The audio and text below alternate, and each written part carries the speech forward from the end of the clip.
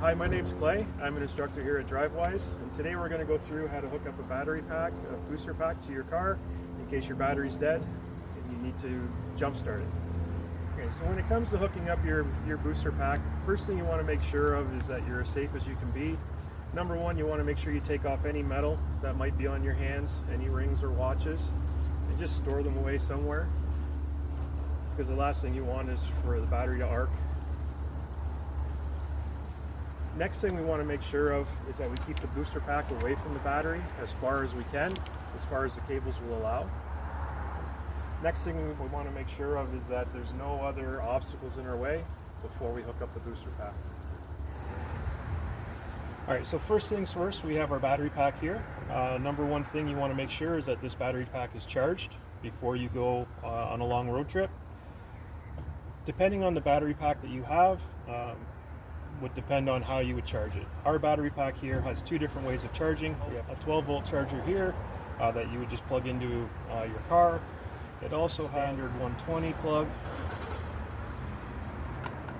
right here where you can plug in just a normal extension cord. There are three different levels on our battery pack here. Red obviously means the battery pack is not charged. Yellow means that you're about halfway through your charge. Green means that it is fully charged. And then down here we also have an area light. So this actually, ours has spotlights on it that we can use to help us see.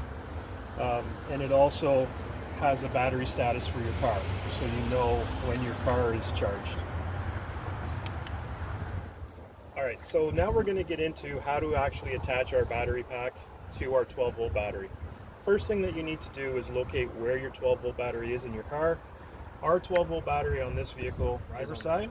Some 12-volt batteries might be on the passenger side, and in a lot of cases your battery will actually be in the area of your car.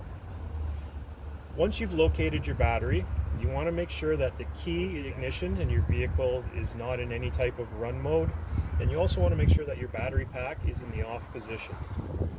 Next, you want to make sure that you have a red cable on your battery pack. This is for your positive side of the battery, and a black cable, this is for your negative side of the battery.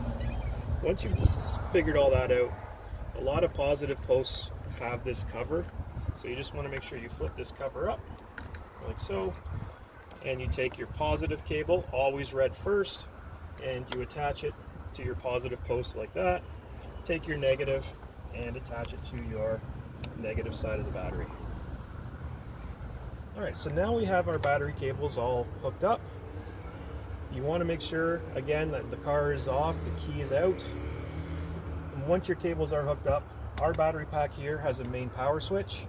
You would flip this, it's in the off position right now, and you would turn it to the on position.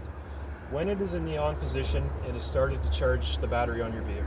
You want to give it about 30 seconds. And once you've done that, you can get in the car, put the key in and try to start it. It should start.